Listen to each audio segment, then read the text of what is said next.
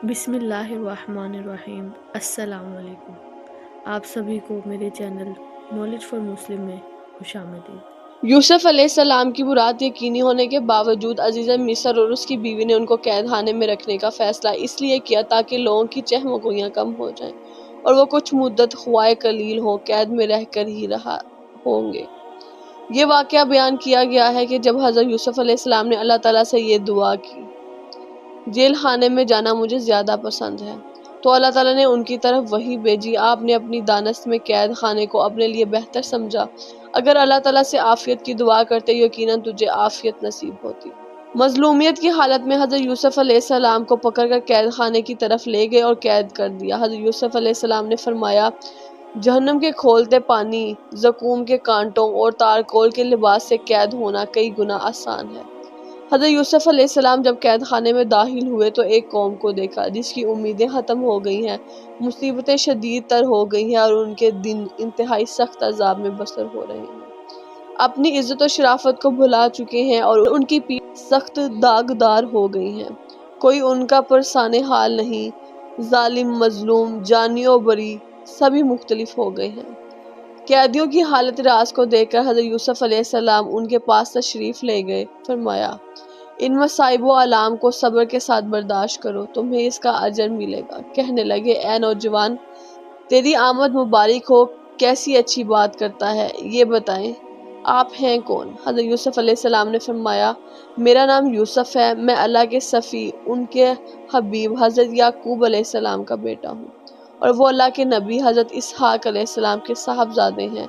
اسحاق خلیل اللہ حضرت ابراہیم علیہ السلام کے نور نظر ہیں۔ حضرت یوسف علیہ السلام نے قید خانے میں مختلف قسم کے لوگوں کو دیکھا۔ کچھ لوگ غمگین ہیں، بعض کو دیکھا مختلف امراض کا شکار ہو گئے، کچھ کو زخمی حالت میں پایا۔ چنانچہ یوسف علیہ السلام غم زدہ لوگوں کو تسلی دیتے رہے، ان کے غموں کو ان سے دور کیے بغیر نہ چھوڑتے، مریضوں کی تیمارداری کرتے، ان کی تکلیفوں کو کسی طرح ہلکا کرنے کی کوشش کرتے اور زخمیوں کے زخموں پر دوا لگاتے، اور رات کے وقت اللہ تعالیٰ کے دربار میں حاضر ہوتے، ساری رات خشوع کے ساتھ کھڑے ہو کر نماز میں مشغول ہو جاتے، عورتوں کے فتنے سے بچانے پر اللہ تعالیٰ کا شکر ادا کرتے، دربار الہی میں کھڑے ہو کر اتنا روتے کہ قید خانے کی در و دیوار ان کی شدت خوف اور خشوع سے متاثر ہو کر رونے میں ان کا ساتھ شامل ہوتے۔ یہ سلسلہ چلتا رہا، اس سے پورا جیل پاک و صاف ہوا، تمام قیدی اور عملہ ان سے مانوس ہو گیا، حتیٰ کہ لوگ قید خانے سے خلاصی پا کر جانے کے بعد واپس قید خانہ آ کر ان کے ساتھ بیٹھ جاتے۔ جیل کے سربراہ کی یوسف علیہ السلام کے ساتھ مودت و محبت اور عقیدت میں اضافہ ہوا، جس کی وجہ سے ان کے لیے قید خانے میں بہت آسانیاں کی، راحت کے اسباب مہیا۔ ایک دن حضرت یوسف علیہ السلام کے ساتھ گفتگو کرتے ہوئے کہنے لگا، یوسف، مجھے تمام چیزوں سے زیادہ تجھ سے محبت ہے۔ حضرت یوسف علیہ السلام نے فرمایا، اعوذ باللہ من حبک، یعنی تیری محبت سے پناہ چاہتا ہوں۔ جیل کے سربراہ نے کہا، یوسف، آپ ایسا کیوں کہہ رہے ہیں؟ اس نے سمجھا کہ حضرت یوسف علیہ السلام میری خالص محبت ٹھکرا رہے ہیں، لیکن حضرت یوسف علیہ السلام دوبارہ فرمانے لگے، اصل میں بات یہ ہے کہ میرے والد صاحب نے میرے ساتھ محبت کی، جس کی وجہ سے میرے بھائیوں نے میرے ساتھ کیا کچھ نہیں کیا۔ ان کا مطلب تھا کہ والد محترم کی محبت کو دیکھ کر حسرت میں آ گئے، ان کو لے جا کر کنویں میں ڈال دیا، اور والد صاحب کے پاس آ کر کہنے لگے، یوسف علیہ السلام کو بھیڑیا کھا گیا۔ ادھر کنویں سے نکلے تو عزیز کے ہاتھ فروخت ہوئے، اور پھر میرے آقا عزیز مصر نے میرے ساتھ محبت کا برتاؤ کیا، جس کی وجہ سے قید خانے میں آپ کے سامنے ہوں۔ اس پر قید خانے کا سربراہ ہنس پڑا۔ بہرحال دونوں کے درمیان اچھے تعلقات رہے، ایک دوسرے کو قصے کہانیاں سناتے، اچھی باتیں کرتے۔ چنانچہ حضرت یوسف علیہ السلام کی ذات مبارکہ نے قید خانے کے زخمیوں کے لیے شفا و دوا کا کام دیا اور ان کے غم و ہموم کے زائل ہونے کے باعث بنی۔ قیدی صبح ہوتے ہی خوشی کے ساتھ حضرت یوسف علیہ السلام کی خدمت عالیہ میں حاضر ہوتے، اپنے خوابوں کی تعبیر دریافت کرتے، اپنی ضروریات اور کاموں کے متعلق آپ علیہ السلام سے مشورہ لیتے، ان کے آپس کے جھگڑوں کو خوش اسلوبی سے نپٹاتے اور فیصلے کرتے۔ قیدی آپ کے حکم کو بصر و چشم قبول کرتے۔ اس طرح قید خانہ حضرت یوسف علیہ السلام اور ان کے ہمراہیوں کے لیے باغ و بہار بن گیا، آزادی، خوشی، اطاعت اللہ، عبادت جیسی دولت نصیب ہوئی۔ اللہ تعالیٰ کی مشیت اس امر کی متقاضی ہوئی کہ قید خانہ یوسف علیہ السلام کے لیے قید خانہ نہ ہو بلکہ اللہ کی رحمت اور عطا خداوندی کا ذریعہ بنے۔ اس لیے وہ گناہ جس کا انسان ارتکاب کرتا ہے ساری زندگی نخست کہ قید خانے میں اسے قید کرتا ہے۔ لہٰذا آزادی بدن کی آزادی نہیں بلکہ اصل آزادی افت نفس اور زبان کی آزادی ہے۔ در و دیوار کی بندش کا نام قید فرمانے باری تعالیٰ ہے۔ ترجمہ۔ اور یوسف علیہ السلام کے ساتھ اور بھی 2 غلام جیل خانے میں داخل ہوئے۔ حضرت یوسف علیہ السلام نے قید کی زندگی میں اللہ تعالیٰ کے فیصلے سے راضی و قانی ہو کر وقت گزارا۔ قید میں طویل وقت گزارا جس میں بہت سارے ساتھی آتے گئے اور ان کے ساتھ رہے، مگر 2 آدمی مسلسل آپ کی خدمت میں رہے۔ ان میں سے ایک کا نام مجلب اور دوسرے کا نام نبوہ تھا۔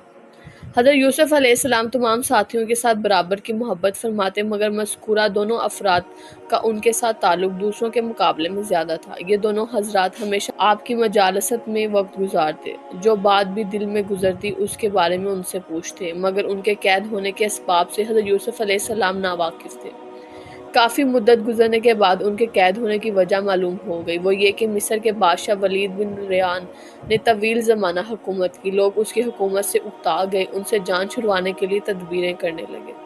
مصر میں ایک جماعت اس کام کے لیے کمر بستہ ہو گئی، بادشاہ سے خلاصی پانے کے لیے کام شروع کیا۔ چنانچہ اس کام کو سر انجام دینے کے لیے مذکورہ 2 شخص مجلب اور نبوہ سے مدد لینے کے لیے ان سے رابطہ کیا۔ مجلب بادشاہ کا خاص باورچی تھا، کھانا پکانا اور کھلانا دونوں کام اس کے سپرد تھے، اور نبوہ پانی اور دوسرے مشروبات پلانے میں مامور تھا۔ ولید بن ریان ان 2 کے علاوہ کسی کے ہاتھوں نہ کھانا کھاتا نہ دوسرے مشروبات نوش فرماتا تھا، خواہ تنہا ہو یا مہمان کے ساتھ ہوتا، کسی پر بھی اعتماد نہیں کرتا تھا۔ چنانچہ مصر کی ایک جماعت ان دونوں کے پاس آئی اور بادشاہ کے کھانے پینے کی اشیاء میں زہر ملانے پر بے شمار مال و دولت سے نوازنے کا وعدہ کیا، حتیٰ کہ باغات، کئی ایکڑ پر مشتمل قابل کاشت زمین اور دوسری اشیاء بروقت پیش کرنے کا وعدہ کیا، اور تمام خطرات سے حفاظت کی ضمانت دینے کا بھی عندیہ دی، مگر وہ انکار کرتے رہے۔ خفیہ مذاکرات جاری رہے۔ طویل گفت و شنید کے بعد مجلب تیار ہو گئے، مگر نبوہ بہت زیادہ تردد کا شکار ہوا۔ آخرکار دونوں میں اتفاق رائے ہو گیا۔ ان لوگوں کو بلا کر انہیں مال وصول کرنے پر متفق ہو گئے اور اموال حاصل کر لیے۔ وعدے کے مطابق دوسرے دن مجلب نے دوپہر کے کھانے میں زہر ملا دیا اور نبوہ نے پانی میں زہر نہیں ملایا۔ چنانچہ ہر ایک نے اپنی اپنی چیزیں بادشاہ کی خدمت میں پیش کی، یعنی مجلب نے دسترخوان لگایا اور کھانے کی اشیاء دسترخوان پر رکھ دی، اور نبوہ نے پانی وغیرہ پیش کیا۔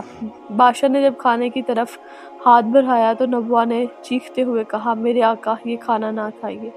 مجلب نے اس میں زہر ملا دیا۔ بادشاہ نے فوراً کھانے سے ہاتھ کھینچا اور خطرناک نظروں سے مجلب کی طرف دیکھا، اور نبوہ اور مجلب کو بار بار دیکھتے رہے۔ بات کو آگے چلاتے ہوئے نبوہ کی طرف متوجہ ہو کر پوچھا، نبوہ، یہ تم کیا کہہ رہے ہو؟ ادھر مجلب پر خوف کی وجہ سے لرزہ طاری تھا۔ نبوہ نے کہا، میرے آقا، آپ کے سامنے رکھا کھانا زہریلا ہے۔ مجلب نے ان میں زہر ملایا ہے۔ بادشاہ نے کہا، اور آپ نے کیا کیا؟ کیا تم نے بھی پانی میں زہر ملا دیا ہے؟ نبوہ نے کہا، حاش اللہ، میرے مولا، آپ میرے مہربان ہیں اور میرے بادشاہ ہیں، آپ کے محل کے ساتھ میرا رزق وابستہ ہے، آپ کے جوار میں مجھے سعادت نصیب ہے اور اسی وجہ سے معزز ہوں۔ کیا ان سب نعمتوں اور مہربانیوں کے باوجود میں آپ کے ساتھ خیانت کا ارتکاب کر سکتا ہوں؟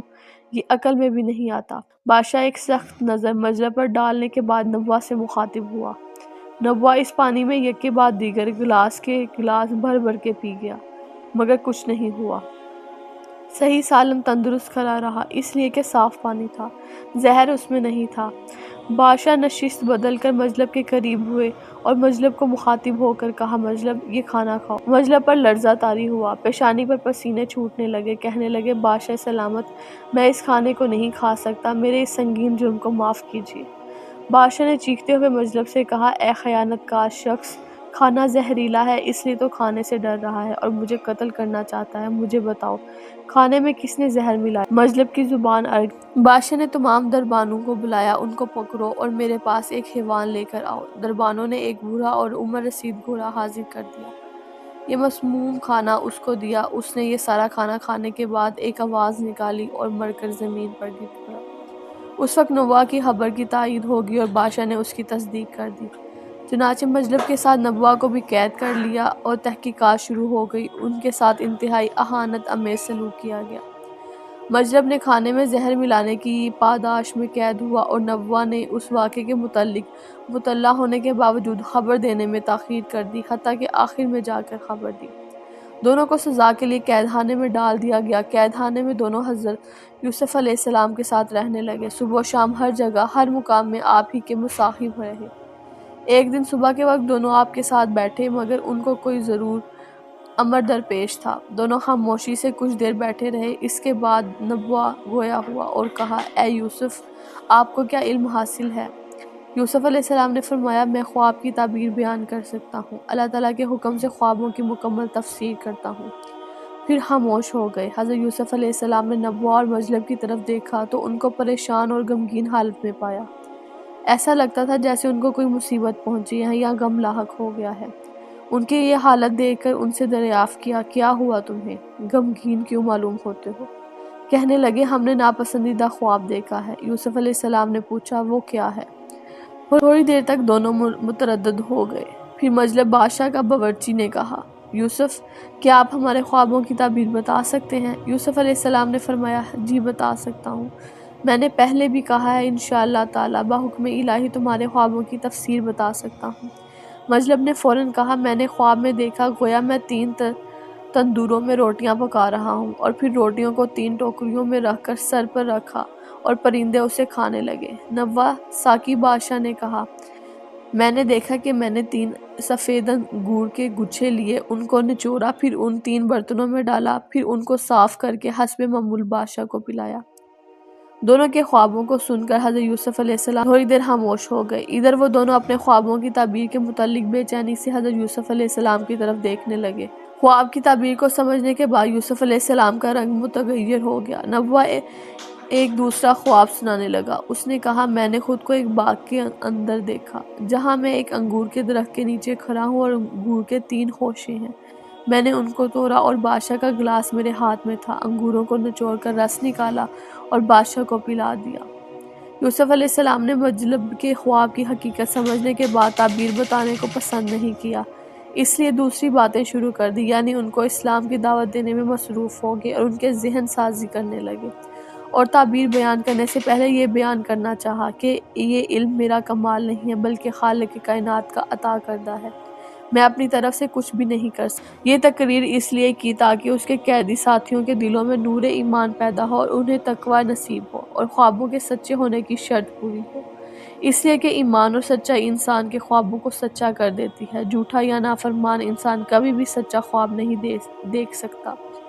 سچے خواب اللہ تعالیٰ کی نعمتوں میں سے ایک نعمت ہیں، جبکہ نافرمانوں کی وجہ سے نعمتیں چھن جاتی ہیں۔ نافرمان انسان ان نعمتوں سے محروم ہوتا ہے، ان کے بالمقابل اطاعت الہی بشارت و سعادت کو کھینچ لاتی ہے۔ اسی وجہ سے یوسف علیہ السلام نے خواب کی تعبیر بیان کرنے سے قبل ان باتوں کی طرف ان کی توجہ مبذول کرائی اور ان کو بتایا کہ اللہ تعالیٰ نے ان کو ایک عظیم علم کے ساتھ مختص کیا ہے۔ اسی علم کے متعلق فرمایا، ترجمہ، جو کھانا تمہارے پاس آتا ہے جو کہ تم کو کھانے کے لیے ملتا ہے، میں اس کے آنے سے پہلے اس کی حقیقت تم کو بتلا دیا کرتا ہوں، یعنی کل تمہارے گھر سے کھانا آنے سے قبل بتا سکتا ہوں کہ کیا کھانا آئے گا۔ انہوں نے کہا، یہ تو کاہنوں اور عرافوں کا کام ہے۔ حضرت یوسف علیہ السلام نے فرمایا، میں کاہن تو نہیں ہوں، یہ سب اللہ تعالیٰ نے مجھے تعلیم دی۔ یہ پیشگی اطلاع دینا کہانت یا نجومی ہونے کے سبب سے نہیں بلکہ من جانب اللہ وحی کی وجہ سے ہے۔ یوسف علیہ السلام نے ان کے سامنے اپنا دین و مذہب بیان کیا اور فرمایا کہ میں نے اللہ تعالیٰ پر ایمان نہ لانے والی قوم کے مذہب کو اختیار نہیں کیا، جو آخرت کے بھی منکر ہیں۔ میں نے اپنے آباء و اجداد حضرت ابراہیم، حضرت اسحاق اور حضرت یعقوب علیہ السلام کی ملت اور ان کے دین کو اختیار کیا ہے۔ یہ سب کے سب موحد اور مومن تھے اور سبھی اللہ تعالیٰ کے بھیجے ہوئے انبیاء تھے۔ کیسے ممکن ہے کہ ہم اللہ تعالیٰ کے ساتھ کوئی شریک کریں؟ یہ ایمان لانا بھی اللہ تعالیٰ کا ہم پر بڑا فضل اور ان کی مہربانی ہے، اور تمام برائیوں سے بچنا بھی نعمت الہی ہے۔ اللہ تعالیٰ نے ہم کو تمام لوگوں پر فضیلت دی اور نیک اعمال کو ہمارے لیے مزین فرمایا، اور یہ بھی فضل خداوندی ہے کہ اللہ کو نبوت کی عظیم دولت سے بہرور فرمایا۔ دونوں حضرات نے حضرت یوسف علیہ السلام کی گفتگو توجہ سے سنی اور اپنے خوابوں کی تعبیر سننے کے لیے بےتاب تھے، مگر یوسف علیہ السلام نے یہاں بس نہیں کیا بلکہ اپنے پیغام کو ان تک پہنچانے کے لیے مزید فرمایا۔ ترجمہ: اے قید کے رفیقو، متفرق معبود اچھے ہیں یا ایک معبود؟ اگر آپ کو میری ویڈیوز پسند آتی ہیں اور مزید اس طرح کی ویڈیو دیکھنا چاہتے ہیں تو میرے چینل کو سبسکرائب کریں اور میری ویڈیوز کو لائک اور شیئر کریں۔ شکریہ۔